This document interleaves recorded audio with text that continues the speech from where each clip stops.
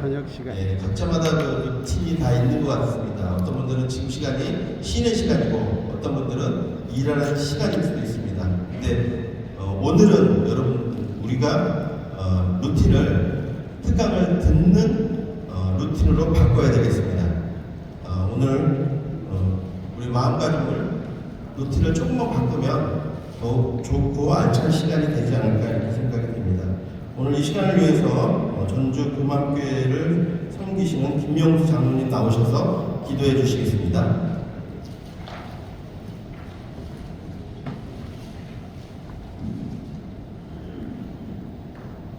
역사의 주인 되신 하나님 아버지, 저희 한국 기독교 장로의 남신들 전국연합회를 사랑해 주셔서 제57회기를 맞이하게 하시고 오늘 산적호 공기 좋은 평창에서 2024년 임원교육을 하게 하시니 감사드립니다. 우리의 생명 되신 하나님, 이번 임원교육을 통하여 우리 남신도회가 변화되기를 원합니다. 한 치 앞도 알 수 없는 무능한 존재임에도 우리는 늘 모든 것을 다 아는 것처럼 행동하며 교만 속에 살았습니다. 감사할 수 있는 조건이 너무나도 많은데도 늘 자신이 바라는 대로 이루지 못함을 불평하며 세상을 원망하고 자연을 원망하고 환경을 원망하며 살았던 우리를 되돌아보며 제57회기에는 하나님께 늘 감사하며 사는 한 해가 되기를 소망합니다. 2024년의 시간을 들여 주님께 기도하기를 원합니다. 말씀을 읽고 묵상하여 아버지의 뜻을 깨닫기를 원합니다. 날마다 선한 일을 하며 착하게 살기를 원합니다. 주님의 몸되신 교회를 위하여 봉사하며 사는 우리 남신도회가 되게 하옵소서. 적은 것이라도 나눔과 성과 베품으로 늘 감사하며 사는 우리 남신도회가 되길 원하며 세상을 이기는 자의 삶을 살게 하옵소서. 공의로우신 하나님 아버지, 세상에는 전쟁과 분쟁이 끊이지 않고 갈등과 반목 속에 수천만의 사람들이 불행으로 몰아가고 있습니다.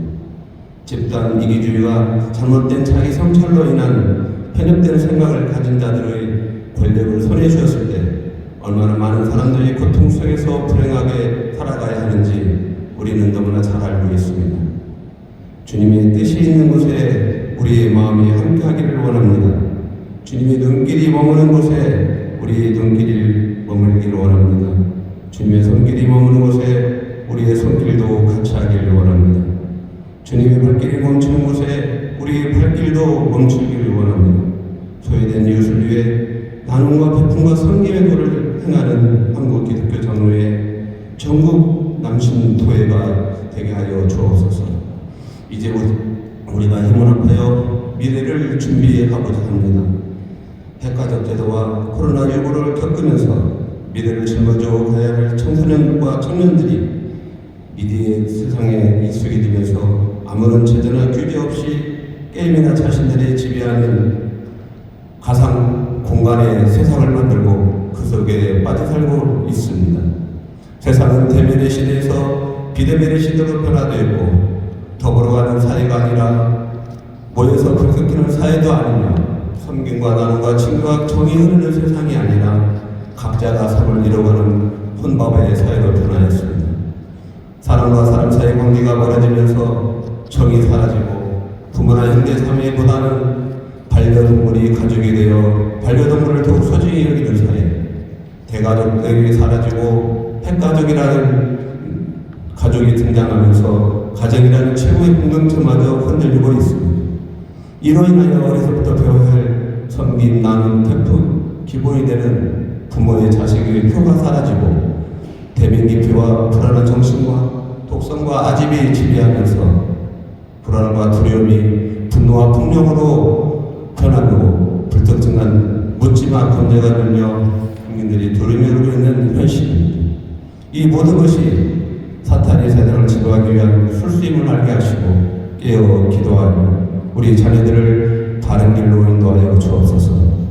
오늘 강의하시는 지용근 소장을 통하여 지금 우리 기독교가 놓여 있는 현실을 알게 하시고 우리 남신도회가 해야 할 일에 대하여 정확하게 책시할 수 있는 지혜를 주시옵소서.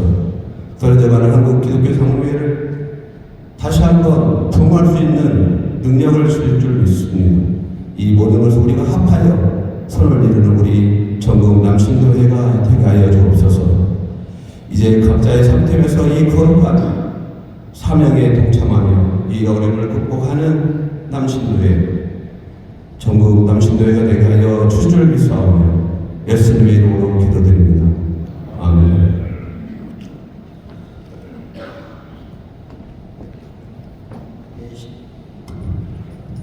이 시간은 말씀드린 대로 두 번째 특강 시간입니다.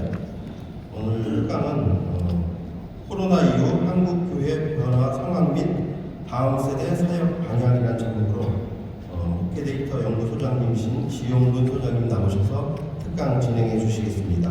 나오실 때 큰 박수로 맞이해 주시기 바랍니다.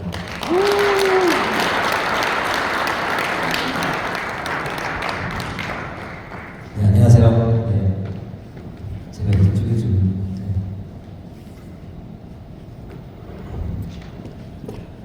제가 그 기장교단하고는 좀 관계가 좀 많은 것 같아요. 지난해 그 총회 때도 저 부르셔가지고 또 강연했었고요. 그다음에 목회자국에서도 많이 강연했었는데 여기 오늘 또 부르시게 됐습니다. 오늘은 이제 저희가 또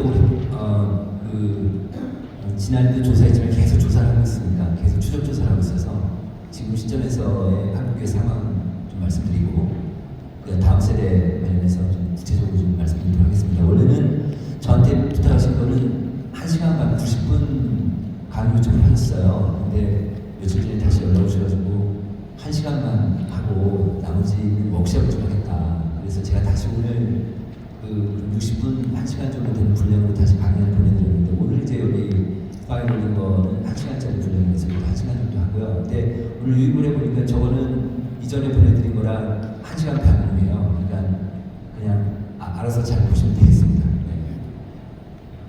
네, 보겠습니다. 저희 여기서 잘 모르시는 분도 혹시 계실지 몰라가지고 도난 정부가 도난 세상을 만든다 이런 모토로 시작을 하고 2019년도에 시작을 하게 됐어요. 그래서 아무래도 데이터를 들으니까 정수님, 가수님을 중시하는 그런 데이터 연구소라고 있고요. 지금 전국에 우리나라 목회자들이 한 10만 명 된다고 하는데 그 중에서 지금 교회 리더분들, 목사님, 장로님 앞에서 한 2만여 명 정도 이렇게 매주마다 저희 주간 리포트를 보내드리고 있습니다. 이거는 무료니까 사회 통계도 보내드리고 그다음에 기독교 통계도 보내드리고 보시면은 우리 교회가 어떻게 해야 되지 그런 고민들이 좀 많으시고 그러면 이렇게 하면 좋겠다 이런 생각들 하실 거예요. 이 무료니까 안 보시는 분들은 그냥 카톡에요. 목회데이터를 치셔서 바로 가입하시면 됩니다. 네. 자 이제 저희 연구소에서는 지금 2번이나 하는데 저희 연구소는 2019년도에 시작을 하게 됐는데 그렇게 뭐 알려지진 않았다가 목사님들 사이에서 많이 알려졌는데 이제는 한국교회 많이 알려진 이 책 때문에 많이 알려지게 돼요. 이 책이 이제 거의 2만 권 넘게 팔렸습니다. 2개가. 그래서 한국교회에서 기독교에서 가장 많이 팔린 책이고 이 책을 갖고 각 교회에서 정신 타깃 때 이제 막 같이 워크숍도 하시고 내년 케이스도 있고 많이 세우고 계십니다. 네, 먼저 종교 변화 잠깐 좀 말씀드리겠습니다. 이 물고기 모양 같은데 잘 보세요. 그 빨간색은 종교이고요. 그다음에 파란색은 무종교인데 2012년 이게 지금 5년 단위로 이렇게 계속 조사를 했는데 이게 만 19세 이상인데라 성인 남녀에서 조사한 거예요. 근데 2012년도는 종교인이 많죠. 그러다가 2017년도에는 무종교인이 더 많은 걸로 역전이 됐어요.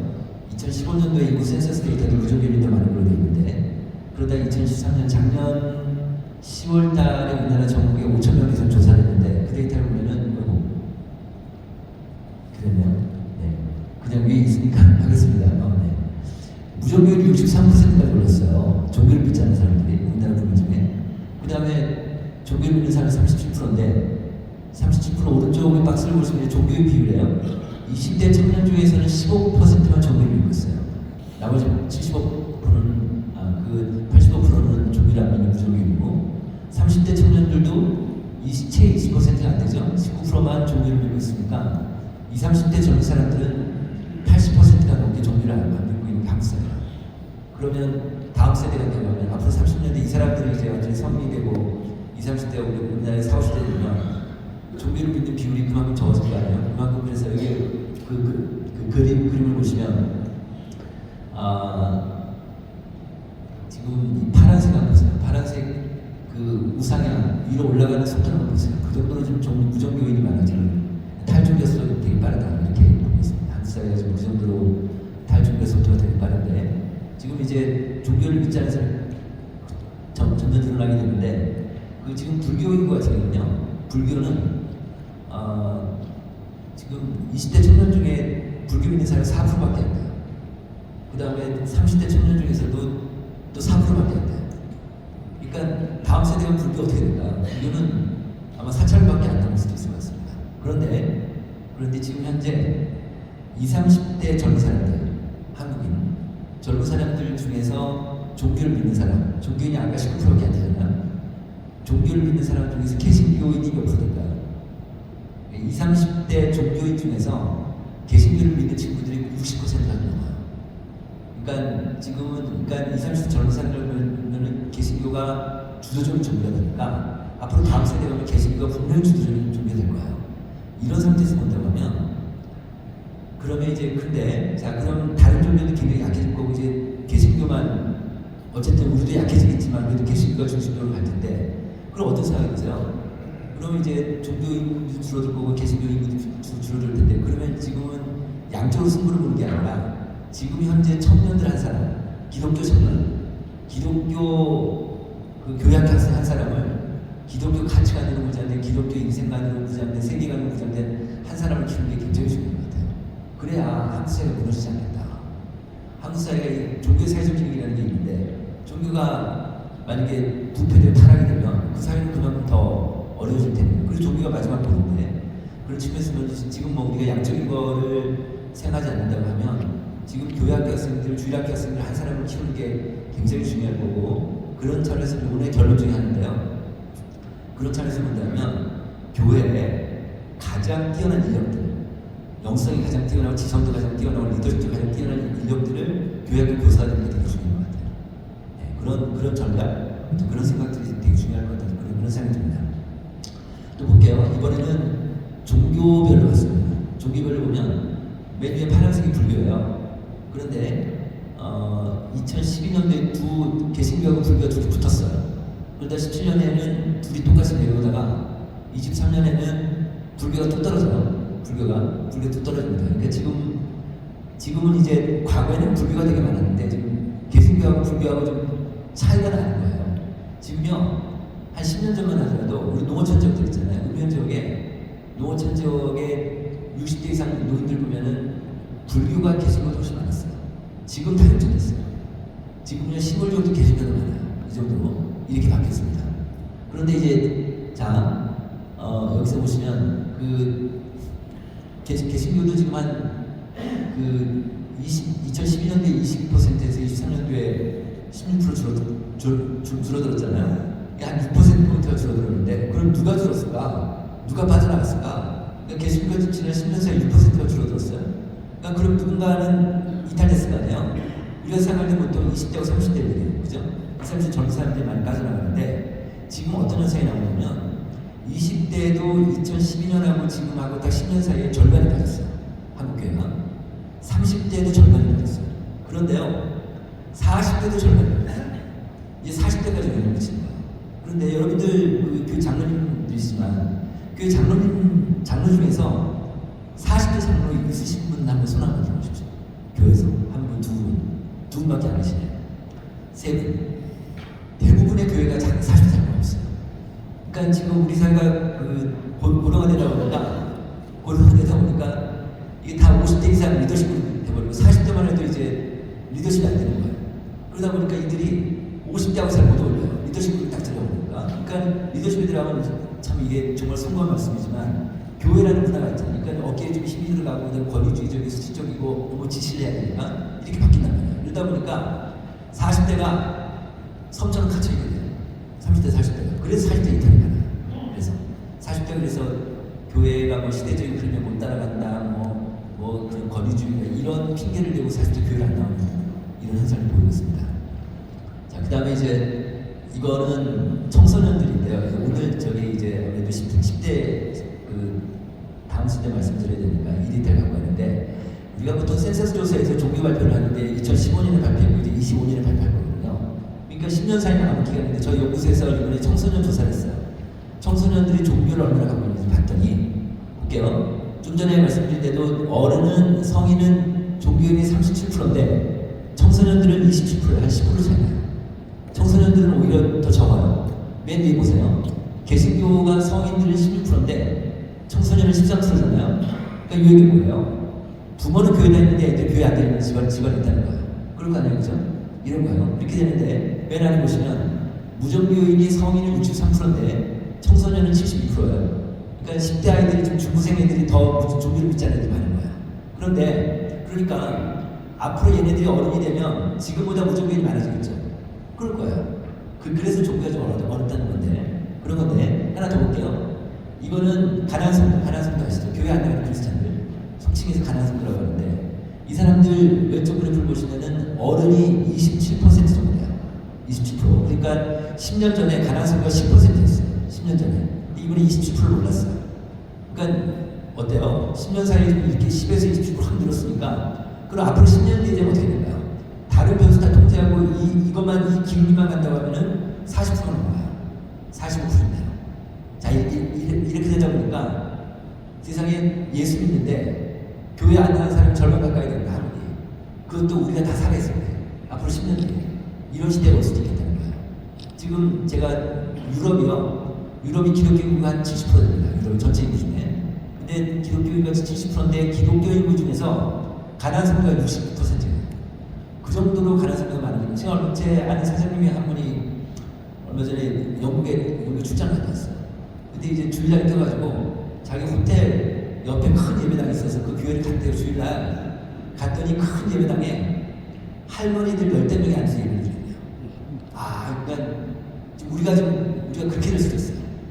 우리가 우리나라가 그러니까 우리가 제가 이런 말씀드리는 건 그 예상되는 위기는 현실화되지 않는다 이런 걸 했어요. 예상되는 위기는 현실화되지 않는다. 다시 얘기하면 위기를 예상할 수 있으면 그 사회적 주체들이 미리 대응하니까 예상대로 안 간다는 거예요. 자, 한국교회가 지금 그 조사 통계라는 거는 10년 전에 이렇게 재고 사람들의 마음을 다 커팅해서 읽는 거니까 10년 전에 이렇게 재고 5년 전에 재고 그다음에 이번에 재보면 이게 추이선이 나오잖아요. 그럼 앞으로 어떻게 될 건가 예상이 되잖아요. 그래서 조사 통계는 반드시 미래 예측하고 관련했어요. 이런 걸 보면 오늘 같은 지금까지 한 5분 정도 말씀드렸는데 이런 얘기들을 보면 그럼 앞으로 우리 기독교가 좀 어떻게 될 건지 눈에 보이잖아요. 자, 우리가 대응하자. 이런 데이터는 그 대응하는데 우리가 잘 준비할 수 있도록 그냥 위기감만 주는 게 아니라 우리가 대응할 수 있도록 그런 데이터에 우리가 있는 게 아니라 이런 생각이 들죠. 또 보겠습니다. 여기 볼까요? 맨 오른쪽 보세요. 청소년들이요. 어른이 27%인데 청소년이 예수 믿는데 교회 안 나가는데 36%예요. 그러니까 애들이 좀 더 많아요. 여기 오른쪽 박스에 보시면 고등학생 애들은 벌써 49%예요. 고등학생 애들은 뭐 학원 다닌다고 자기 어릴 때부터 교회 다녔지만 이제 학원 다닌다고 교회 안 나가고 자기 예수 믿지만 이런 애들이 2명 중에 1명 걸리는 거예요. 그럼 얘네들이 대학생 되면 교회 갈까요? 아, 쉽지 않아요. 이대로 갈 거야. 이대로. 이렇게 될 테니까 그만큼 가난성도가 많아질 테니까 앞으로 한국의 가난성도 굉장히 많아질 것 같습니다. 네. 그러니까 지금 이제 가난성도도 이제 교회에서 잘 대책을 좀 세워야 되는 그런 타임이었습니다. 자, 이번에 이제 교회 변화를 좀 보겠습니다. 이게 코로나 이전의 100이었다면 지금 현장 대비 몇 퍼센트가 들어오는지 그러니까 회복도를 볼게요. 회복도. 왼쪽 그래프는 성인 예배, 어른 예배 회복도가 작년 1월달에 85%였고 올해 1월달에 87%였습니다. 이번에 제가 어제 데이터가 나와가지고 이번에 또 쟀거든요. 5월달 또 쟀어요. 5월달 조사된 데이터를 보니까 5월달은 88%였어요. 88. 거의 안 변하죠?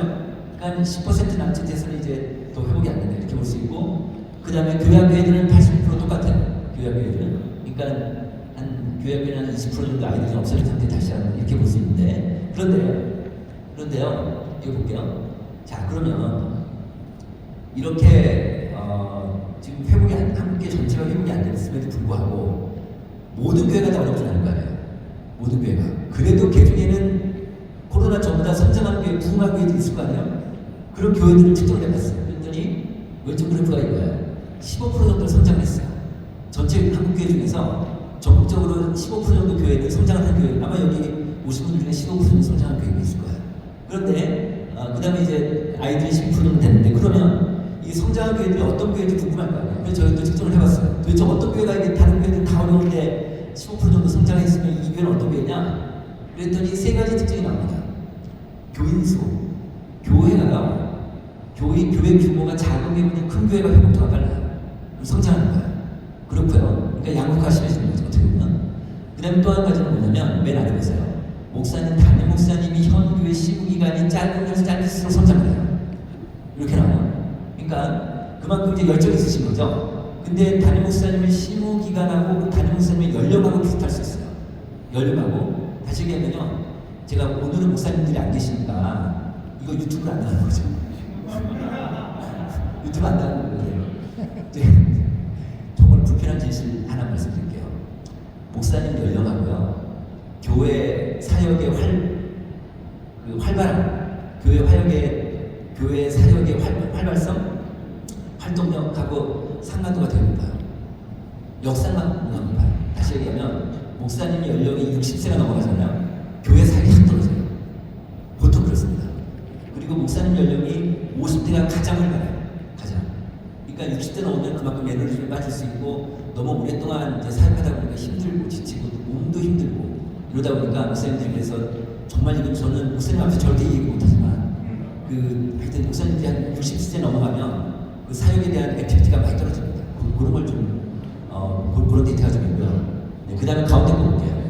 제가 이제 정말 많은 데이터를 분석해보면 교회에 여러 가지 요인들이 있는데, 교회가 성장하는데 가장 크게 영향을 미치는 변수가 소그룹이에요. 소그룹이에요. 우리나라 전체 교회 중에서 소그룹이 잘 되는 교회가 60%, 아니 40%예요. 소그룹이 안 되는 교회가 한 60% 됩니다. 그리고 교인들 중에서 구역모임이 됐든 속회가 됐든 간에 이 정기적으로 소그룹을 참석하는 사람이 한 30% 돼요. 이렇게 되는데 소그룹이 잘 되는 교회가 성장하는 거예요. 이게 절대적이에요. 절대적인데 우리 목사님들한테 물어봐요. 목사님은 다음에 교회의 5가지 영역, 중요한 5가지 영역, 다시 그냥 예배, 구제봉사, 그다음 선교, 전도, 교육, 친교, 이 5가지 중에서 가장 뭐를 목회에 중점 두시겠습니까? 그럼 뭘까요? 예배예요. 예배가 한 목사님이 한 70% 정도 된다고 그랬어요. 그 다음에 교육이에요. 이렇게 나오는데요. 이렇게 나오는데, 그런데 너무 특이한 게 뭐냐면 소그룹이 잘 되는 교회는요, 소그룹이 잘 되는 교회는 교인들이 예배에 하나님의 은혜를 느껴요. 소그룹이 잘 되는 교회는 교인들이 예배 시간에 하나님의 임재를 느낀대요. 그런데 목사님이 아무리 예배를 강조해도 소그룹이 잘 안 되잖아요. 교인들이 예배에 대한 은혜를 느끼는 거예요. 이런 게 있어요. 그만큼 이거 뭐냐면 예배가 중요한데, 예배 밑단에서 소그룹이 왕성하게 움직여야 그 예배가 아주 활발해지고 예배 은혜가 있는 거고, 예배가 좀 더 예배답게 되고 이런 거죠. 그래서 그런 것들 제가 좀 말씀드리겠습니다. 소그룹이 되게 중요하다. 오늘은 소그룹 얘기는 안 할 거예요. 네. 자, 그 다음에 온라인 얘기 좀 하겠습니다. 온라인 얘기, 특히 요즘 젊은 사람들은 온라인 쪽으로 많이 가니까, 지금 현재 현장 예배가 100명이 들어오면 그 시간에 온라인 예배드리는 사람이 11명이에요. 그러니까 온라인 예배자들이 10% 정도 됩니다. 10% 정도 되는데, 그런데 그 두 번째 보면 온라인 예배자들이 있는데, 이 온라인 예배자들이, 그러니까 온라인을 예배드리든 안 드리든 간에 교회를 출석하는 사람들 중에서 일주일에 한 번 이상 온라인으로 신앙생활하는 사람들이 절반이 되는 거예요. 이제는 뭐 온라인으로 유튜브로 뭐 목사님 설교를 듣는다든지, 유튜브로 찬양을 듣는다든지, 유튜브 기독교 컨텐츠를 본다든지, 이런 사람들이 전체 교회, 한국 교회는 절반이 되는 거예요. 이렇게 되면 온라인이 일상화된 거예요. 우리가 현장 예배 하지만 오늘 오신 장조차도 온라인 일상화 되실 분들일 거예요. 분명히 그 전은 아니에요. 그런데 목사님들한테 저희가 이런 설명을 해봤어요. 목사님은 다음 중 누구를 정식 교인으로 생각하십니까? 물어봤어요. 저희가 목사님하고 장로님한테 물어봤어요. 두 분 다 뭐라고 그러시냐면, 정식 교인은 11조 내야 돼. 11조 안 되면 감사원을 해야 돼. 또는 한 주일에 한 번은 교회 나와야지. 이런 사람들이 정식 교인이에요. 그런데 목사님이나 장로님들은 온라인으로 예배드리는 사람을 우리 교회 정식 교인이라고 생각하는 분들이 50%밖에, 절반밖에 안 돼요. 절반은 우리 교인이 아니라고 생각해요. 그래서 저희가 온라인으로 예배드리는 사람, 온라인으로 주구장창 예배드리는 사람이 있을 거 아니에요? 온라인 숨어서 온라인 예배자한테 물어봤어요. 온라인 예배자를 대상으로 설문조사를 해봤더니 그게 3번이에요. 나는 온라인 예배드려도 우리 교회 공동체의 일원이라는 생각이 든다. 그러니까 무려 80%가 나온 거예요. 그 다음에 내가 온라인 예배 참여할 때 나는 우리 교회 목사님의 보살핌을 받고 있다고 느낀다. 또 절반이 넘어요. 53%예요. 저는 이 데이터를 보면서 되게 의아했어요. 어떻게 이럴 수가 있지? 그러니까 저는 어떤 느낌이 들었냐면, 야, 이 온라인 예배자들이 교회 끌어들이고 싶지 않구나. 자기가 교회 안 나가도 끌어들이고 싶지 않고 이렇게 확 느껴지는 거예요. 근데 온라인 예배자들하고 현장 예배자들하고 크게 벌어진 게, 코로나에 벌어진 게 뭘까요? 신앙이 온라인 예배 다 떨어졌어요. 그러니까 현장 예배자들은 그래도 자기 신앙을 유지하려고 하는데 이 온라인 예배자들은 신앙이 다 떨어진 거예요. 그래서 어느 정도 좀 100명 이상 되든지 하여튼 중대형교회 좀 정도 되면 온라인 팀을 반드시 만드실 필요가 있어요. 온라인에 대한 TFT를 만드셔서 온라인에 예배드리는 사람들 돌봐주셔야 돼요. 온라인 예배드리는 사람들도 우리 교인인데 온라인 예배드리는 사람들 신앙을 어떻게 끌어올릴 수 있도록 도와주시는 게 되게 중요한 것 같다. 그래야 어쩌면 이 사람이 현장에 나오죠. 이런 것도 좀 말씀드리고 싶고, 또 하나는 뭐냐면 OTT 크리스찬, 저희 책 트레이닝 2024 책을 읽어보신 분들은 이 얘기 있죠. OTT 크리스찬이라고 이제 저희가 조어를 만들었어요. OTT가 이제 뭐 넷플릭스 같은 거잖아요. 이 우리나라 전체 국민 한 70%가 넘게 넷플릭스를 이용을 해요. 그러니까 자기 돈 몇 푼 내고 집에서 극장을 손가락을 클릭해서 그 영화 보는 것처럼 앞으로 신앙생활도 이렇게 할 것이다. 앞으로 한국 교인들의 신앙생활도 교회 예배 안 가고 교회 예배 가지만 온라인으로 신앙생활로 자기 신앙을 키울 것이다 라는 게 저희들 예측이에요. 이거를 예측하는 결정적인 근거를 제가 말씀드릴게요. 이거예요. 이게 뭐냐면 10년 전하고 이번에 2012년하고 2023년에 10년 사이에 우리 교인들의 생각이 어떻게 바뀌었는지에 대한 데이터입니다. 볼게요. 나는 귀하 신앙 성장에 가장 도움받는 게 무엇입니까? 물어봤어요. 그랬더니 맨 왼쪽 보세요. 출석교회 예배하고 목사님 설교가 10년 전에는 가장 압도적으로 높았어요. 예배하고 목사님 설교가. 근데 이번에 제보니까 그게 64에서 28로 뚝 떨어진 거야. 이게 지금은요, 현대 교인들은요, 목사님의 의존도가 많이 떨어졌어요. 아마 장로님 비슷하실 거예요. 목사님들의 의존도가 많이 떨어졌습니다. 근데 특히 설교나 예배에 대한, 왜냐면 온라인이 있는데, 온라인 설교 더 설교 좋은 분이 많으니까. 그래가지고 이렇게 떨어지고. 그러니까 그 대신에 가족이 올랐어요, 가족이 지금 10년 사이에 한 2배 올랐어요. 이거 뭘까요? 지금은 가족 정비화 시대라고 얘기하고 있습니다. 가족 정비화. 요즘 교회학교 아이들 중에서 부모가 교회 안 다니는 애들 있을까요? 저희 데이터는 10%밖에 없어요.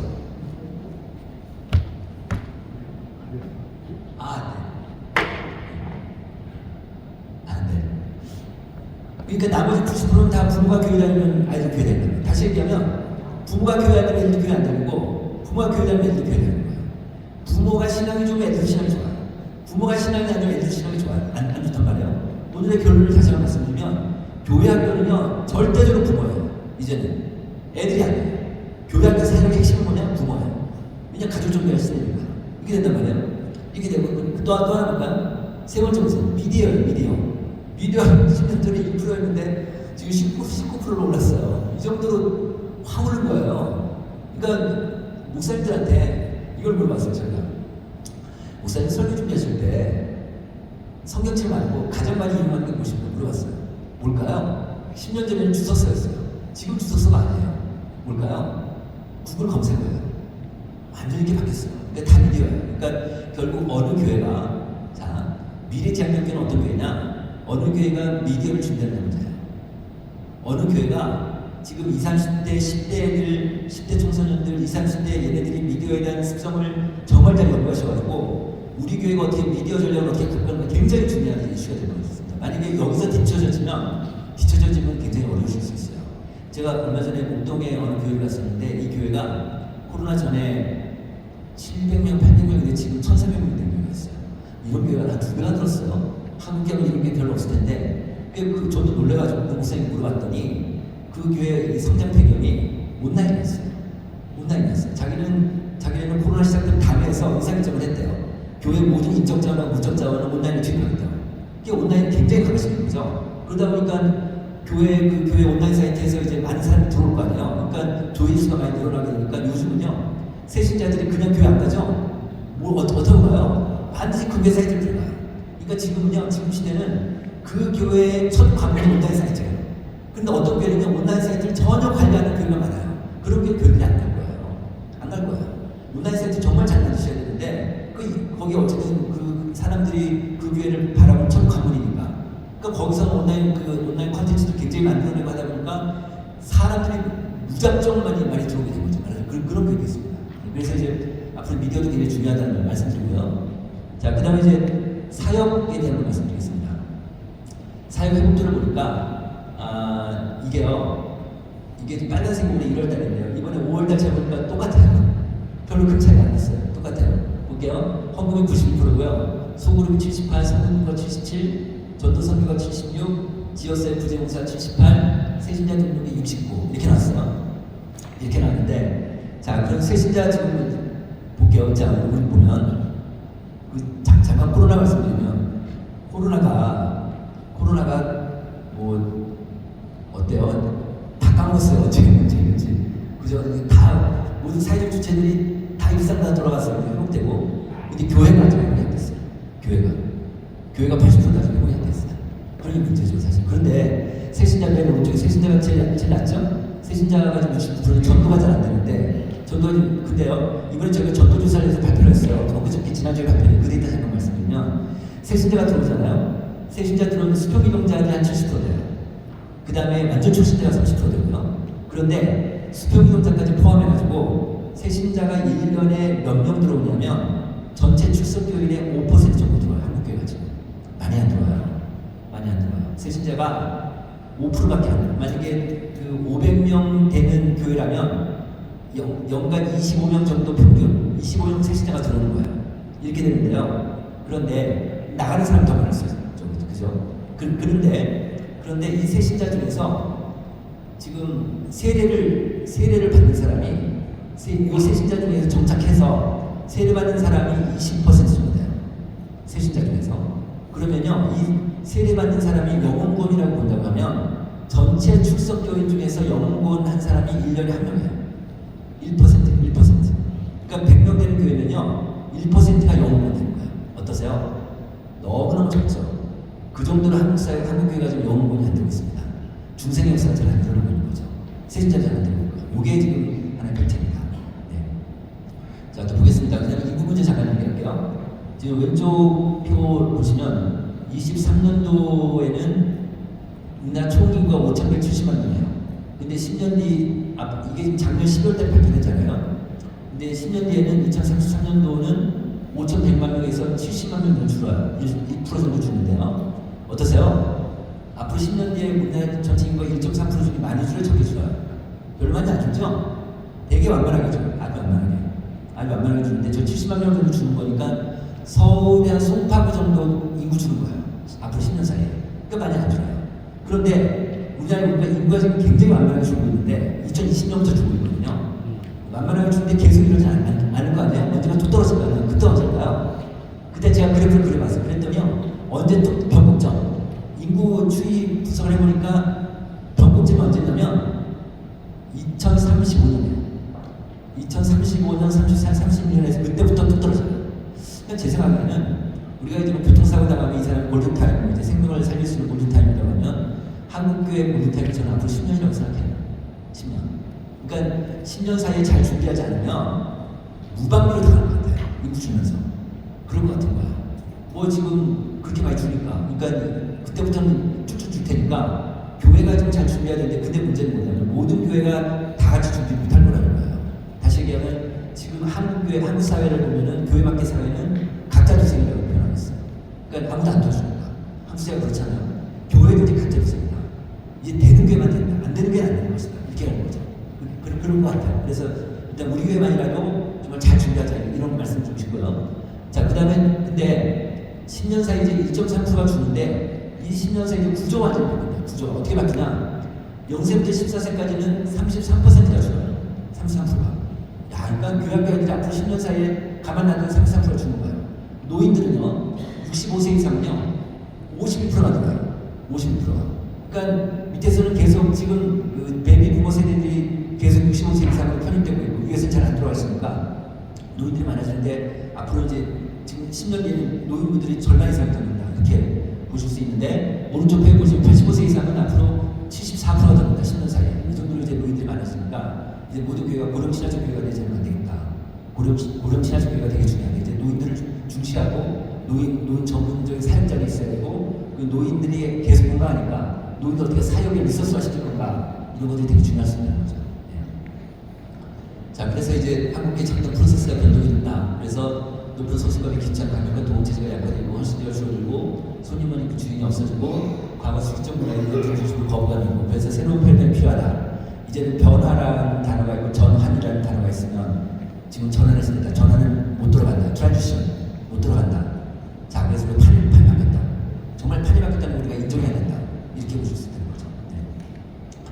자, 그 다음에 이제 부모 얘기를 잠깐 하겠습니다. 다음 세대에서 아까 제가 얘기했던 부모 문제가 중요하니까 부모 문제 잠깐 얘기할게요. 자, 교육에 지금 뭐 초중고 아이들의 부모 세대라는 게 50대도 있지만 거의 주로 3, 40대니까 3, 40대를 중심으로 말씀드리겠습니다. 이 3, 40대는 직장 스트레스가 심하다. 과거보다 더 심해요. 왜 그러냐면 우리나라 각 산업들이 성장 이상은 별로 없어요. 다 성숙해요. 그죠? 성숙기 세태이기 때문에 경쟁이 치열해요. 신규 고객이 없으니까. 그러니까 경쟁이 치열하니까 다른 회사 기업의 고객을 뺏어야 되니까 그만큼 스트레스가 심하죠. 그다음 또 하나는 가사일과 문과가 있습니다. 제가 그 결혼하고 나서 우리 아들 하나 전 아들을 낳고 이제 어린아이를 낳고 저희 명절 때 저희 부모님 댁 가면 저희 어머니 제가 집에서 아들 안고 있으면 혼났어요. 남자가 애 안는 거 아니라고. 아, 지금은 어때요? 남편들이 다 애 보고 다 부르잖아요. 가슴도 같이 하잖아요. 육아 같이 하고. 시대가 바뀌었죠. 그러다 보니까 엄마 제가 그 아들 하나인데 저 손녀가 하나 있어요. 이 아들 며느리 사는 걸 보면 애 하나가 어쩔 줄 몰라요. 너무너무 힘들어하는 걸 봐요. 그 참 한 명 키우는데도 우리 부모 세대는 어떻게 키우나 우리는 몰라요. 하여튼 그런데 그러니까 이게 지금 이 가사일과로 몸과 마음이 지치는데 이게 신앙적으로 부정적으로 끼친다. 부정적인 영향을 끼친다고 이 상부상원들이 얘기를 하는 거예요. 그래서 이 사람들이 하나님을 믿지만 난 예수를 모르겠다라는 친구들이 3명 중에 1명이나 되는 거예요. 그러니까 전 세대 중에서 20대보다도 상부상원들이 더 신앙이 떨어져 있어요. 지금. 그러다 보니까 교회 이탈이 많죠. 이탈이 많지. 근데 이 친구들 이탈로 끝나는 게 아니라 이들의 자녀까지도 교회가 이탈하는 거야. 자녀까지도 문제가 되니까 그래서 지금 이 문제가 되는 거예요. 그러니까 코로나 이후에 현장 대비 이탈이 32% 되고, 그러니까 이들의 그 교육이 불충성이 되고, 그러니까 교육학교를 안 나오게 되고 이렇게 되는 거죠. 그러다 보니까 그래서 이제 그러니까 상호성이 되게 중요해지는데 허리가 약해지니까 오늘 우리가 다음 세대를 얘기하지만 다음 세대는 그야말로 다음 세대고 지금 당장 허리가 없는데 어떻게 해요? 허리가 없는데. 근데요, 오늘 오신 분들 이거 느끼시나 모르겠어요. 상공사공들이 상공사공이 많이 있는 교회들 있잖아요. 그런 교회들은 교회학교들이 덜덜하잖아요. 근데 상공사공들이 없는 교회들은 교회학교 설렁하단 말이에요. 그걸 우리가 다 알아요. 근데요, 상공사공들이 많은 교회는요, 상공사공이 더 와요. 그런데 상공사공들이 없는 교회는요, 있는 상공사공마저 뺏겨요. 이런 생각이 들어요. 그럼 그게 어떻게 해요? 그 정도 왜 그러냐, 상공사공들이요, 동질감이 되게 강하거든요. 특히 애들이 유치원이고 어린이집이니까 엄마들끼리 그냥 굉장히 동질감이 있으니까 만약에 이제 뭐 예전에 교회 다닐 때 가난 소리들은 엄마도 우리 교회 오자, 우리 교회 뭐 이런 프로그램이 있다 그러면 오고 그렇게 해서 스토리들이 많아지는 거예요. 네. 그래서 상부사람이 그런 요인이 있다. 그런데 그러니까 이 상부사람들을 잘 관리하셔야 되는데 다음 세대보다 이들이 더 중요할 수 있죠. 어떻게 보면. 그러니까 이들의 생각을 물어보니까 이들이요, 젊은 사람들하고 똑같은 거예요. 10대, 20대 초반 똑같은 거예요. 무슨 얘기냐면 교회 불만이 뭐냐면 시대적으로 뒤쳐져 있다는 거예요. 시대적으로. 그리고 권위주의 때문에 숨을 못 쉬게 되는 거예요. 이들이. 이걸 어떻게 해요? 그래가지고 이제 이 상무상을 잘 되는 교회들은 어떤 교회들이냐면 그 구역 모임 있잖아요. 구역 모임 있으면 상무사람들이 그냥 들어가면은 뭐 60대 뭐 50대 권사님이 무슨 뭐 권사님이 구역장을 한다 그러면 어울리지 못하는 거예요. 그 상무상을 잘하는 교회 특징이 뭐냐, 상무상을 드러내요. 그 구역 모임에서 상무상을 드러내가지고 지네끼리 소금을 만드는 거예요. 지네끼리. 상무사분들끼리 소금을 만들고 그때부터 활성화되는 거예요. 정말 특이하죠? 저희 교회는 뭐 한 300명 되는 교회인데 상무상이 없었어요. 한 4커플 5커플밖에 없었거든요. 근데 상무사분들만 드러난 교회 예산 투여해가지고 하다 보면 지금 늘어나고 있어요. 그건 몇 커플 안 되는데. 그런 영역이 있습니다. 그런 케이스가 있어요. 그래서 상무사분들 그들끼리 모아놔야겠다. 이런 말씀 드리고 싶습니다.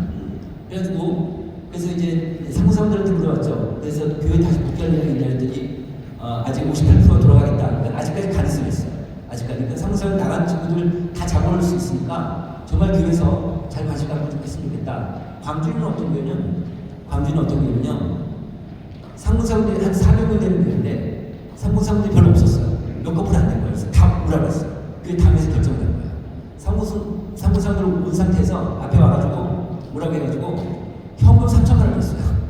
현금 3천만 원을 얘네한테 주고 니네 마음대로 쓰라고 했어요. 니네 마음대로. 그리고 영수증 필요 없다. 니네 마음대로 써라. 대신 조건이 안 됐어요. 너네 연령대는 대부분의 사람들이 교회를 안 다니는 사람들이야. 만약에 너네 연령대 사람들이 교회 오게 되면 그들이 교회에 잘 적응할 수 있도록 너네가 도와주는 거였어요. 그랬더니 작년 1년 동안에 이 교회 세신자들이 70% 넘게 사무사원이 들었어요. 그런 게 됐어요. 그러니까 그만큼 교회 목사님이나 장로님들, 교회 리더분들이 상무상에 얼마나 투자하고 얼마나 마음을 가는 거에 따라서 완전히 교회가 바뀌었습니다. 그런 말씀드리겠습니다. 그렇게 되면 자연스럽게 교회가 될 수밖에 없습니다. 자, 그 다음에 이제 목사님들이 물어봤습니다. 앞으로 목회 중정 세대를 어디에 두고 싶습니까? 물어봤더니 제가 물 한 잔 좀 먹겠습니다.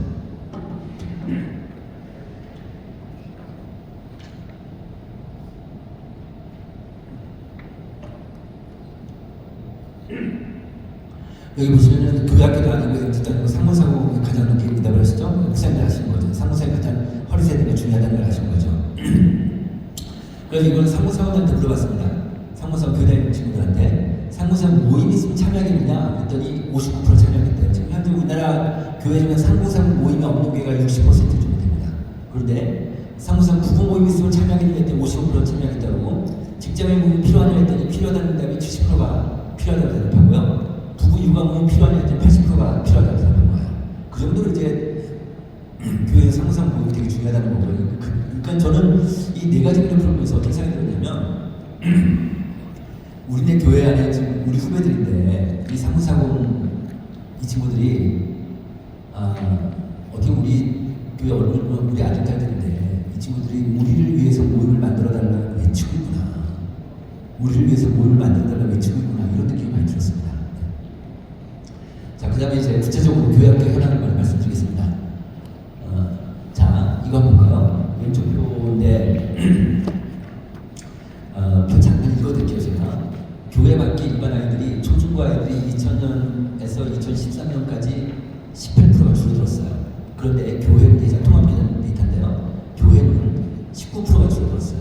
그러니까 거의 비슷하죠. 그러니까 애들이 줄어든 거가 교회 탓이 아니라 일반 아이들이 다 줄어들었으니까 그런 건데 2013년에서 2022년까지 일반 아이들이 19%가 줄어들었는데요. 교회는 37%가 줄어들었어요.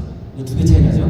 그러니까 일반 아이들보다 지금 도대체 한국 교회에서 10년 사이에 무슨 일이 벌어졌길래 교회가 일반 아이들보다 2배가 더 줄어든 거예요. 이게 너무 좀 이상해가지고 연령 구간별로 다시 분석을 해본 거예요. 오른쪽 표예요. 보시면 0세부터 6세까지는 일반 아이들은 32%고 교회는 42% 줄었어요. 맨 아래 보세요. 중고등학생은 일반 애들은 29%가 줄고 교회는 37%가 줄어들었어요. 그러니까 10% 정도 차이 나는데 가운데 볼게요. 초등학생 일반 애들은 요 10년 사이에 4%만 줄은 거예요. 초등학생 일반 아이들이 4% 줄어들었는데 교회는 39%가 줄었습니다. 9배 차이가 나요. 여기서 이 차이가 나는 거예요. 그런데 가만 생각해보면 일반 애들은 4%밖에 줄지 않는데 왜 교회가 이렇게 많이 줄었을까? 얘네들 책임인가요? 얘네들 그 어린 애들 뭘 한다고? 다 부모가 가려서 하는 건데 뭐 1학년부터 6학년까지 얘네들이 뭘 한다고? 그러니까 이걸 생각해보면 우리 한 번만 더 생각하면요, 한국 교회가 얘네들의 부모 세대 상고사공을 영적으로 방치한 거예요. 좀 그거밖에 해석이 안 돼요. 영적으로 방치한 거고 관리 못한 거고, 그러다 보니까 이 상고사공이 신앙이 다 떨어지게 되고 가난 성도가 되고, 이러다 보니 교회 안 나가게 되고 애들도 교회 안 나가게 되고, 신앙이 지금 이제 좀 이따 보여드리겠지만 부모들이요, 애들 교회 가는 걸, 교회 다니는 부모들이 애들 교회 가는 걸 마땅치 않게 생각하는 부모가 30% 돼요. 지금 현재 이렇거든요. 그러니까 부모들이 지금 이런 상태에 애들이 그냥 빠져버립니다.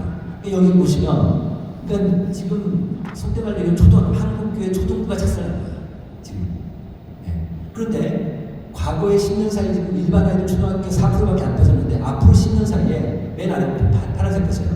앞으로 10년 사이에 초등학교 아이들이 47%가 줄어요. 이제 절반이 줄어요. 그러니까 교회가 큰일 났죠. 사실. 네. 자, 이거 보겠습니다. 하루 종일 신앙생활을 얼마나 하냐 일반 중고생들, 교회 다니는 중고생들한테 물어봤어요. 그랬더니 하루 종일 신앙생활을 용감하게 하자는 애들이 30% 나왔어요. 근데 5분이나 22%. 그러니까 절반 애들은 신앙생활 안 한다는 거예요. 그런데요, 제가 좀 이따 보여드리겠지만 교회 다니는 애들이요. 교회 다니는 애들, 그럼 이제 애들이 주로 지금 교회 밖에서 신앙생활 안 하니까 교회에서 좀 신앙교육 받아야 될 텐데, 자 볼게요. 우리나라 교회 중에서 지금 50명 이하 교회가 55%예요. 전체 교회 중에. 50명 이하 교회가 55%인데 그런데 그 교회 중에서 학생 예배가 50명 이하 되는 교회 중에 학생 예배가 있는 교회가 채 20%가 안 돼요. 학생 예배가 있는 교회가. 왜냐면 애들이 없으니까. 그럴 거 아니에요? 그러니까 얘네들 만약에 그런 교회 다니는 부모의 아이들이라면 어른 예배, 그 교회 어른 예배 같이 갔다가 그냥 집에 올 거예요. 그런데 학생 예배가 있는데 학생 예배 안 들어가고 어른 예배 들어가는 애들이 있을 거 아니에요? 그런 애들이 한 30% 돼요. 왜냐면 걔네들이 이제 학생 예배에 만족하지 않기 때문에 부모랑 같이 움직여야 돼요. 요즘 애들은 다 부모랑 같이 움직이니까. 이렇단 말이에요. 그 다음에 또 학생 예배가 있는데 공부 안 하고 그냥 도망가는 애들이 또 한 30% 돼요. 그러니까 또 하나는요. 공학 공부를 했어요. 공학 공부를 했는데 만족도를 물어보면, 만족 이유를 물어보면 성경 공부가 좋다, 공학 공부 내용이 좋다가 아니에요. 얘네들 만족하는 이유는 뭐냐면 선생님이 좋대요. 선생님이 좋고 친구가 좋대요. 이것 때문에 애들 공학 공부하는 거니까 이런 데이터를 보면은 애들이 교회에서 신앙생활 하는 게 어려워요. 여러분들요. 한번 기억하시면 한번 해보세요. 교회 중고등 학생들 중에서 아무나 한 사람 찍으셔가지고 뭐 다음 주도 좋아요. 주일날 중고등학생 중에서 한 명만 딱 찍어가지고요. 얘가 교회에 와서 교회에서 움직이는 걸 가만히 보세요. 동선을 한번 관찰해보세요.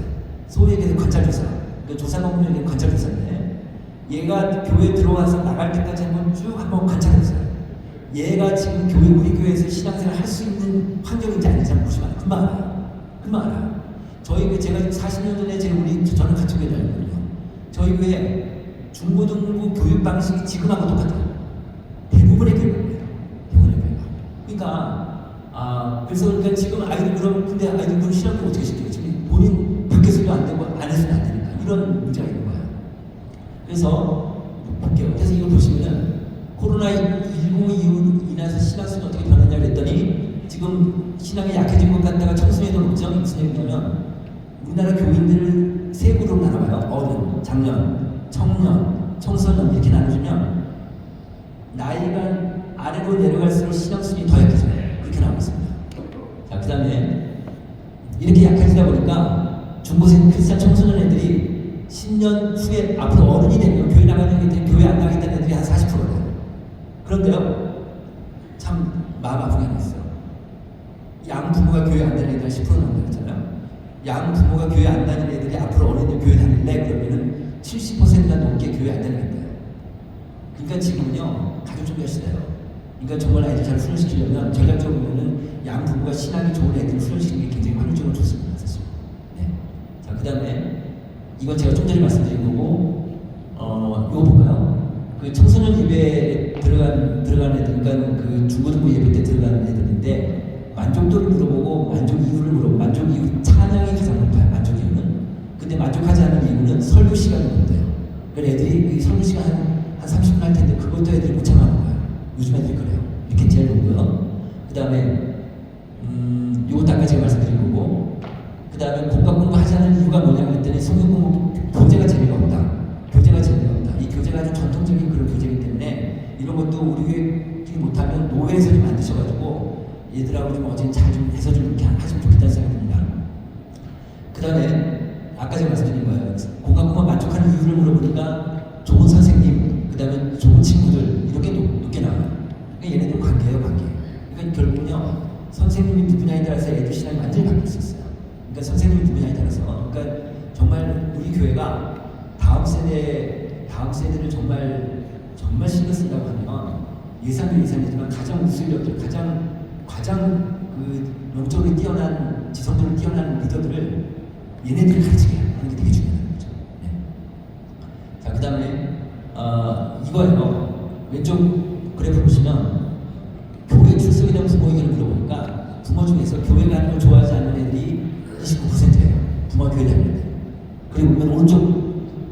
좀 보십시오. 부모 측분이요. 아버지가 중직자인 애들이 부모가 교회 다니는 걸 마땅치 않게 생각하는 애들 부모가 27%, 어머니가 중직자가 27%인 거예요. 3명 중에 그러니까 30%쯤 되는데 제가 이제 이 강의를 하는 거 강의 끝나서 어떤 목사님 저한테 와서 그러시는 거예요. 자기네 교회 목사, 자기네 교회 고등부 부장집사가 있었대요. 근데 이 부장집사의 아들이 중3이었는데 중3 끝나고 나서 고등부가 된 거예요. 고등부로 올라가는 얘기가 안 올라오는 거예요. 준비업이 안 오는 거예요. 그래서 친구들도 전화하고 선생님도 전화해서 야, 교회 나오라 했더니 얘가 뜻밖의 얘기를 한 거예요. 아버지가 교회 가지 말고 학원 가라고 한 거예요. 아버지가. 이게 결국 이 교회 소문이 나가지고 결국 이 부장집사를 그만두게 됐죠. 근데 이런 부모들이 많아요, 사실. 그러니까 부모가 아이들 교육을 어떻게 될 건지에 대한 분명한 철학관이 없는 거죠. 그래서. 그죠? 네. 그렇습니다. 자, 이 과제를 말씀드리겠습니다. 자, 아까 제가 말씀드린 대로 이게 지금 부교육자들, 그러니까 교회 학교에서 교회 학교를 담당하고 있는 부교육자들 대상 조사를 이게 왼쪽으로 했고요. 코로나 이후에 교회 학교 사역 방식이 바꿔야 될 건 어떤 거냐 물어봤더니 코로나 이전과는 다른 방식으로 해야 한다가 80%예요.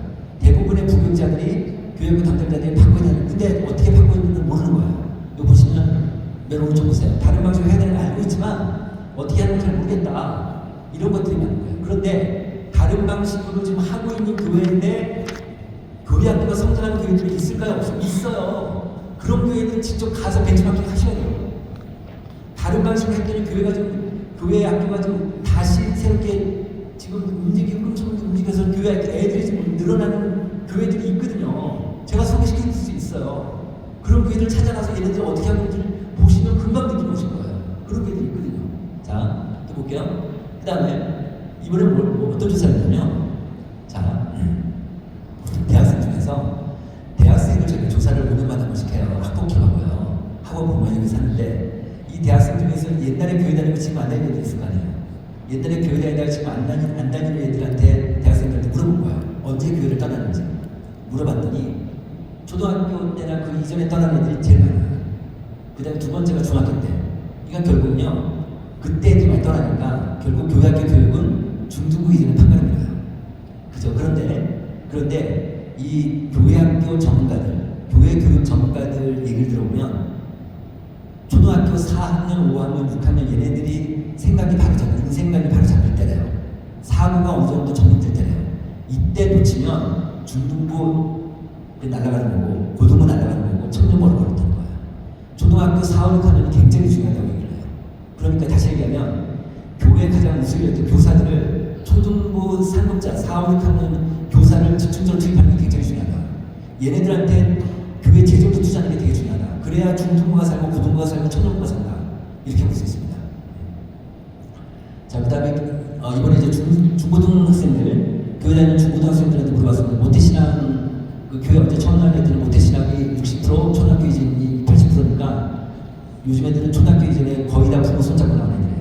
다 이렇게 되는데, 그래서 이제 부모가 아주 중요하니까 물어본 거예요. 학생은 신앙생활 가장 영향을 주는 누구입니까? 그랬더니 엄마예요. 엄마가 절대적으로 높아요. 두 번째가 코로나 전에는 목사님이었는데 코로나 후에는 아버지로 바뀌었어요. 이제 엄마 아버지야. 근데 맨 오른쪽 보세요. 교육교 교사가 꼴찌예요. 코로나 이후에는 이게 19년하고 20년 조사한 건데 코로나 전후 조사한 건데 코로나 후에는 교사 영향도가 더 떨어졌어요. 이게 된 거예요. 그 정도로 아이들한테는 마인드 쉐어가 엄마가 있다. 근데 제가 이제 엄마 얘기를 잠깐요. 제가 이제 그 대학 다닐 때 사회학을 전공했습니다. 저는 참 사회학을 전공하고 사회통계에 관심이 많아가지고 바로 한국 갤럽에서 했어요. 갤럽에서 계속 훈련을 받았거든요.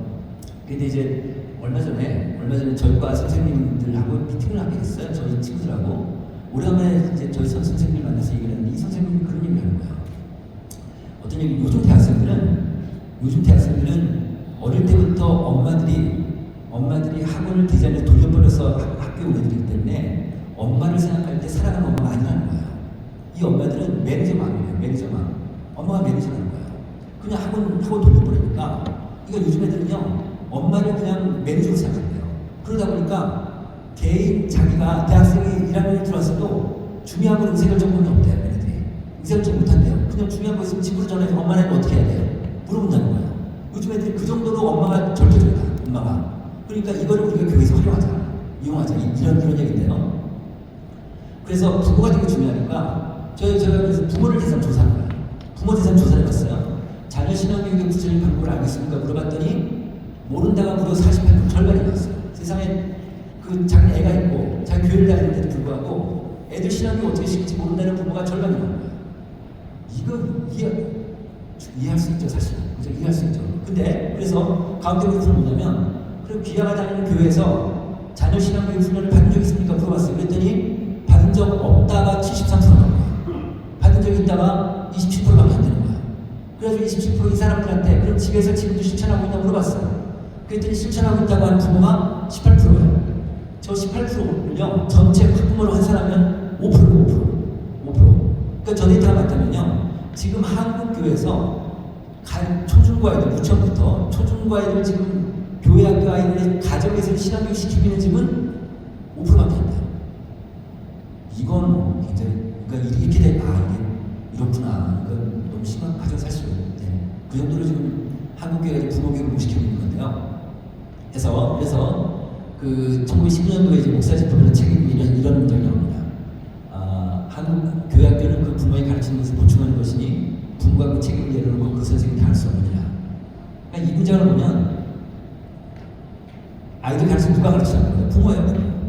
교회가 아니에요. 교회를 빼고 때리지 부모가 가르쳐야 된다. 부모가 가르쳐야 된다.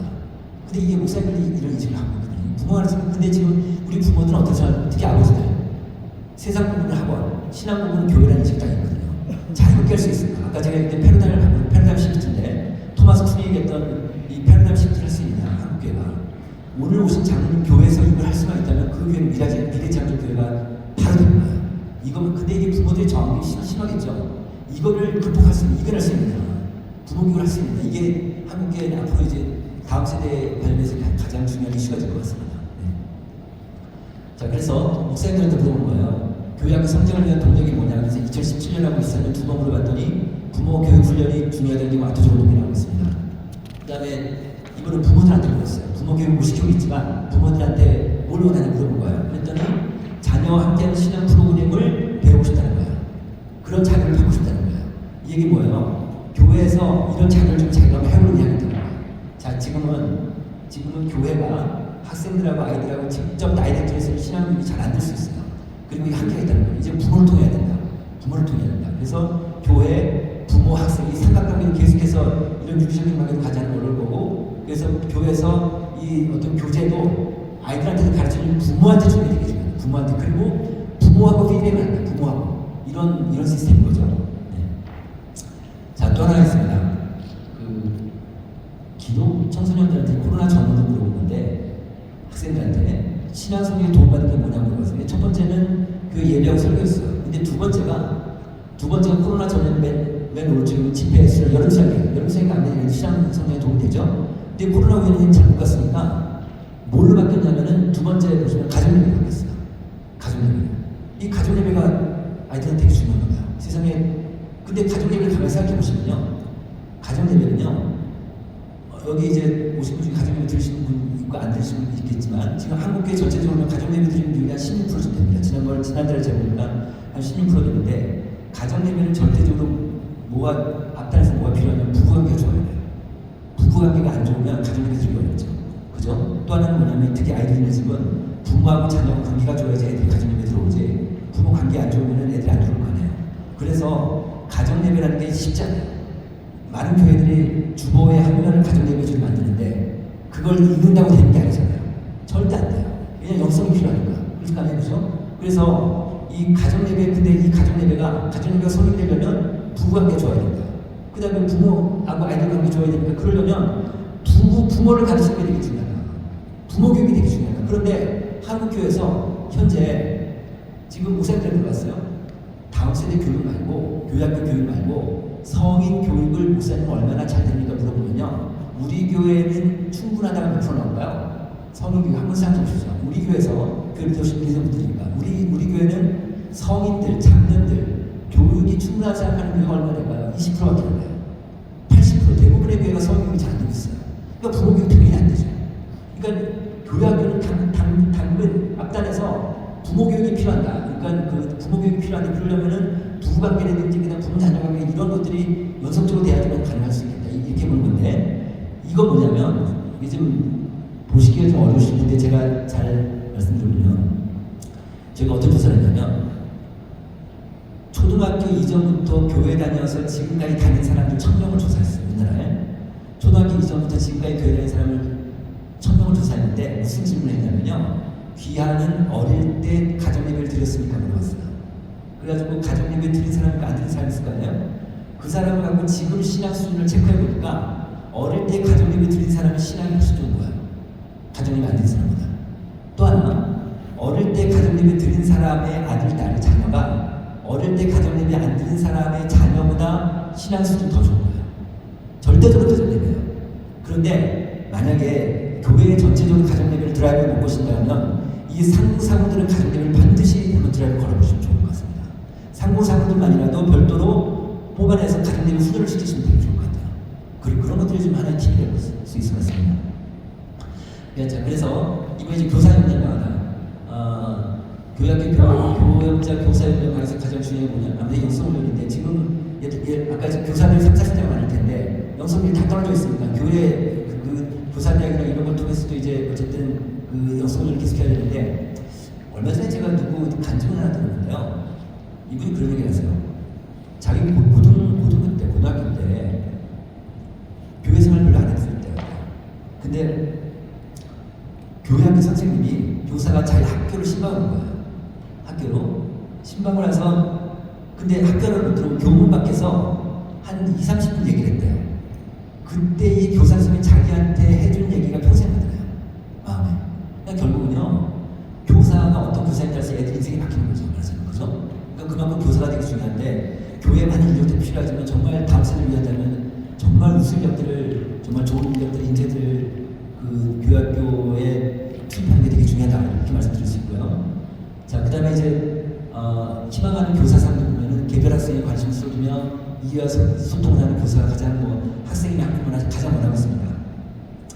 자, 그 다음에 이제 예전에 제가 어릴 때 아마 여러분들 다 비슷하게 제가 81학번이니까 저보다 그 연세 많으실 텐데, 제가 어릴 때 보면 제가 이 기억이 나요. 우리 교회에서 교회 여름 성경학교 하게 되면은 교사님인지 아니면 전도사님인지 붙이면서 동네 돌아다녔어요. 그러면은 막 애들 쫓아오고 막 그랬단 말이에요. 그때는 교회 문만 열고 애들이 왔어요. 그죠? 그냥 컴퓨터 왔는데 지금 가야 돼요. 안 오니까 지금 가요. 아까처럼 학교로 신방 가고 집안으로 신방 가고, 만약에 어느 교회가 교사들이 집으로 신방 갈 수만 있다면 그게 될 거예요. 집으로 신방 갈 수만. 근데 안 가지. 전화도 잘 안 하죠. 네, 그런 거죠 말이지만. 그리고 또 하나는 뭐냐면, 부산에 있는 어떤 교회인데 어른 수만큼 청소년 교양교 수가 있는 교회가 있어요. 어른 수만큼. 근데 그 교회가 두 번째예요. 부목사님이 설교만 해요. 그리고 나머지 모든 프로그램을 애들이 해요. 나머지 모든 프로그램 기획을 애들이 해요. 순서 짜는 거 애들이 진행 다 하고. 그런 거 가능하지 않을 것 같죠? 애들이 뭐 시간도 학원 가도, 근데 그걸 하더라고요. 그 교회는. 근데 한 이유를 알았어요. 가만히 그 얘기를 들어보니까 이 교회는요, 애들이 이렇게 주도적으로 프로그램을 짜고 주도로 자기네가 순서를 매기고 하다 보니까 자기가 예배를 주도하니까 애들이 뭐 예배가 신나는 거죠. 근데 그 이유가 뭐냐니까 주중에 애들끼리 소그룹을 해요. 세상에. 이게 말이 돼요? 중고등부 애들 그렇게 바빠 죽겠는데 주중에 소그룹을 하는 교회가 있어요. 근데 그게 한두 교회가 아니에요. 꽤 많아요. 중고등부는 소그룹이 안 된다는 속설을 버릴 수 있어요. 옆그룹에다 한번 해보시는 게 되게 중요하다. 그거는요, 교육자들을 한번 드라이브 걸어보십시오. 그럼 할 수 있을지 모르겠습니다. 아이들을 소그룹하게 되면, 근데 그 강의를 했던 그 교회 부목사님이 저희한테 하는 얘기가 있어요. 뭐라고 하시냐면, 소그룹이 너무 잘 되다 보니까 이 아이들이 우리 가족보다 더 좋아요, 이렇게 엄마 아빠한테 얘기하는 거예요. 그러니까 자기 소그룹 친구들이 가족보다 더 좋다는 거예요. 그 정도로. 네. 근데 얘네들은 온라인이다 오프라인이다 하거든요. 한번 중고등부 애들 하면 소그룹이 가능하다. 그런 걸 제가 오늘 말씀드릴 수 있습니다. 자, 그래서 이제 소그룹 좀 간단하게 말씀드리면, 우리나라 목사님들한테 8가지 교회 이름을 보여주고 앞으로 성장 가능성이 있는 교회가 어떤 교회냐고 물어봤어요. 그랬더니 첫 번째가 소그룹 모임 활발한 거였어요. 이 교회가 가장 높았어요. 그러니까 목사님들이 두 번째가 설교 예배 전도인데, 이 교회보다 소그룹이 활발한 교회가 앞으로 잘 될 것이다 보는 거죠. 그래가지고 이거 뭐냐면 이 소그룹의 파워가 어떤 파워? 아마 이 오신 중에서도 소그룹 잘 되는 교회가 안 되는 교회 있을 텐데 소그룹 파워예요. 그래서는 이거 볼게요. 이 우리나라 전국에 소그룹 하는 교인들 500명 뽑았어요. 그다음 소그룹 안 하는 교인들 500명 뽑았어요. 두 그룹하고 비교를 해본 거예요. 뭘 비교를 해봤냐면 귀하는 지난 1년 사이에 전도할 대상자를 마음에 정한 적이 있습니까? 물어봤어요. 그래서 마음에 정한다는 사람이 소그룹 활동자 34고요. 비활동자는 13세로 나왔어요. 그 사람한테 물어봤어요. 마음에 정한 사람한테. 그리고 그 사람을 교회 데려왔습니까? 물어봤어요. 그때 교회 데려온 사람을 보니까 소그룹 활동자는 50%가 들어가고 비활동자는 26%가 되는 거예요. 그러니까 이거를 전체한 사람이면 맨 오른쪽에 소그룹 활동자는 17%가 1년에 한 명 이상을 교회 데려온 거예요. 근데 소그룹 안 하는 사람은 4%만 되는 거예요. 그럼 40년 4배 차이 나죠? 그러니까 이 얘기는 어떻게 얘기할 수 있을까요? 교회 전도하는 사람들은 뭐예요? 소그룹 하는 사람들이에요. 교회 전도하는 사람들은 소그룹 하는 사람들이 절대적이에요. 그러니까 어느 교회가 전 교회에 소그룹을 하겠다. 그 교회는 안 끌려 앉을 수가 없는 거죠. 중고등부, 그 다음에 초등부, 걔네들끼리 소그룹을 한다. 그럼 안 끌려 앉을 수가 없는 거예요. 네, 그 얘기입니다. 그래서 이게 이제 그 소그룹 이론인데요. 지금 보통 보면 이제 일반 교회에서 그 오른쪽 X축은 오른쪽은 이제 교회 다니는 사람, 왼쪽은 이제 교회 안 다니는 사람, 그 다음에 Y축은 위는 믿음 있는 사람, 아래는 믿음 없는 사람. 그럼 지금 현재 교회 구역모임이나 뭐 속회 같은 걸 보면은 주로 일사분의 사람들이 소그룹을 해요, 그죠? 그리고 좀 더 이제 확장된다고 하면 교회 믿음 없는 사람이 이제 같이 오라고 해서 사사분들도 소그룹을 하는데, 자, 소그룹 이론은 뭐냐? 소그룹에서 2, 4분의 3, 4분의 사람, 교회 안 다니는 사람, 교회 안 다니는 초신자들을 우리 소그룹에 데려온다. 서울에는 어떤 교회는 소그룹을 하는데요. 아주 소그룹이 잘 되는 교회인데요. 소그룹을 하는데 소그룹 리더 오른쪽 자리를 비워놔요. 그 자리는 어떤 자리일까요? 세신자 자리예요. 그러니까 이 소그룹 멤버들이 우리 소그룹은 언제든지 세신자가 올 수 있다고 생각을 하는 거예요. 그러니까 우리 소그룹은 난 항상 그럼 누구를 내 주변에 누구를 우리 소그룹에 데려올까 이런 생각을 하고 일주일 지내는 거예요. 그냥 교회가 크죠. 그러다 보니까. 그래서 소그룹이 뭐냐? 그 교회의 전도의 관점이다. 전도의 관점이다. 이거는 중고등부, 뭐 교회학교, 어른 다 마찬가지겠죠, 그죠? 네, 그렇습니다. 자, 그다음에 청년 간단하게 얘기하면 청년들 사역은요. 맨 왼쪽으로 보시면 청년들이 교회 행사의 진행에 많이 동원된다라고 생각하는 청년들이 82%예요. 그러니까 청년들 우리는 동원력이라고 생각해요, 그죠? 청년들 뭐 교회 뭐 일 있으면 다 청년을 동원해서 일 시키니까. 근데 가운데 그림을 보시면 청년들이요 교회 의사결정에 참여하는 거를 어떻게 생각하는지 물어봤더니 찬성하는 비율이 90%예요. 청년들은 교회 의사결정에 참여하고 싶어요. 단 부장지사 통하지 말아요.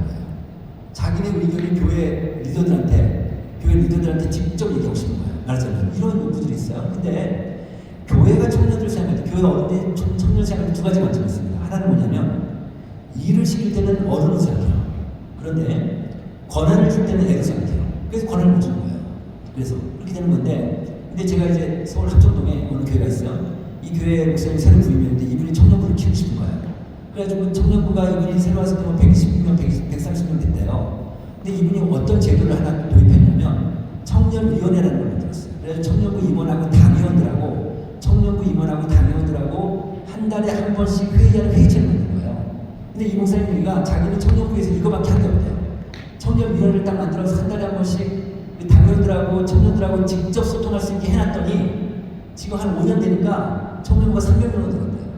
아, 왜 그럴까요? 청년들은요, 자기의 의견이 당위원한테 교회 의사결정 그룹에 전달이 되면 그게 실행이 되든 실행이 안 되든 관심이 없어요.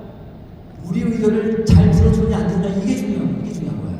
이게 요거를 좀 청년들 심리가 이러니까 이걸 좀 어르신께서 좀 잘 좀 확인 좀 파악해 주시면 좋겠다는 이해하시면 좋겠다는 생각이 들어서 말씀드립니다. 이게 청년 사역이 독립화가 되게 중요하고, 청년들은요 자기네 헌금이 교회 재정으로 안 들어가고 자기네끼리 헌금을 사용한다고 하면 헌금이 더 늘어요. 그렇게 되고 있습니다. 그 다음에 교회 의사결정 프로세스 참여하는 거, 청년들 전체 소굴 중심 시스템 바꾸는 거, 그 다음에 청년 세대에 적합한 설교, 타협 권위주의 청년 사역자 교육자, 세대 통합 목회 진행하고 교회 공적 역할, 청년들이 교회 공적 역할, 환경 요인 이런 것들 되게 관심 많은 거, 이런 것들 좀 얘기할 수 있을 것 같습니다. 마무리하겠습니다. 중고생들한테 아까 그 조사인데요. 물어보면 거의 매일 피곤하거나 에너지가 생기지 않는다고 생각하는 기독 청소년들이 45%예요. 그러니까 여러분들 한번 그 중고등부 예배 한번 가보세요. 애들이요 다 똥치는 하고 있어요. 예배 시간에 교회 예배 끝나고 예배 들어올 때도 애들이 얼굴이 다 짜증스러워요. 왜 그러면 얘네들은요 그냥 공부에 지쳐있는 애들이에요. 학원에 지쳐있는 애들이에요. 그러니까 늘 부모한테 매니저 맘한테 늘 그냥 끌려다니고 그러다 보니까 애들이요 얼굴에 핏이 없어요. 진짜 그래요. 우리 교회들도 마찬가지지. 애들 너무 불쌍하지. 그러다 보니까 왜 나는 보세요. OECD 청소년 행복지수가 가장 낮아요. 얘네들이. 그러니까 늘 공부만 해야 되니까. 그러다 보니까 거의 하루 종일 슬퍼나 짜증나다 30분이나 되고. 그러니까 특히 중학생 애들은요 벽에요 벽. 무슨 얘기해도 돌아오지가 않아요. 얘네들은. 그러니까 선생님들 되게 힘들지. 그런 애들인데 그 자살에 대해서 깊이 생각하는 애들이 27% 되고 지금 코로나 이후에 우리나라 자살률이 OECD 제일 높은데도 불구하고 자살률이 떨어지고 있어요. 떨어지고 있는데요. 10대 애들하고 20대만 올라가고 있어요. 그만큼 10대들이 힘들어요. 이렇게 되고 있습니다. 자, 그래서 이 그림만 보십시오. 이 그림이 보신 분 계시겠지만 이게 그 2차 대전 때 학살로 유명한 아우슈비츠 감옥의 수용자들의 사진이에요. 근데 이 사람들이 얼굴 보시면은 얼굴이 웃고 있어요. 이게 지금 그 해방되는 날 찍은 사진이에요. 피고로 상징됐지만 이 감옥이 어떤 감옥이냐면 여러분 아시다시피 한 100만 명 이상 600만 명 정도 유대인들 중심으로 학살됐다고 그러는데 근데 그러니까 매일마다 몇백 명씩 가스실에서 죽어나오고 먹을 걸 안 주니까 굶어 죽기도 하고 너무 힘드니까 자살자도 많았는데 이 사람들이 끝까지 살아난 거야. 이 사람들이. 그래서 이제 후학자들이 이 사람들이 어떻게 생존했는지를 연구를 한 거예요. 연구 결과가 이거예요. 육체적으로 강한 사람을 살아나는 것도 아니고 정신적으로 강한 사람을 살아나는 것도 아니고 안정된 짝이 있는 사람들이 살아난다는 거예요. 그러니까 먹을 걸 입에 넣어주고 같이 손잡아주고 같이 울어주고 같이 웃어주고 이런 사람이 짝이 있으면 둘이 같이 살아난대요. 둘이. 이런 연구 결과예요. 저는 이 시대 청소년들한테 저는 이 그림이 생각이 난 거예요. 우리 교회가 이 아이들 정말 부모한테 시달리고 학원한테 시달리고 공부밖에 모르는 아이들 좀 짜증스러운 아이들 얼굴에 그냥 너무 피빛 없는 이런 아이들한테 교회라도 안 되자 짝이 되죠. 교회라도 정말 안 되자 짝이 되죠. 이 아이들한테 선생님이라도 안 되자 짝이 되죠. 근데 부모 교육시켜서 부모라도 그냥 학원으로 내몰지 말고 부모라도 안 되자 짝이 되지만 이 아이들이 건강하게 잘 성장할 수 있지 않겠느냐. 그래서 영어로 라이프 온 라이프입니다. 그러니까 라이프 온 라이프. 이 아이들의 삶을 우리가 보태는 거. 교회가 이 아이들 라이프 온 라이프, 교사가 라이프 온 라이프, 그 다음에 부모가 라이프 온 라이프. 이렇게 아이들과 같이 삶을 같이 나누는, 같이 함께하는 그런 아이들이 될 수 있도록 교회가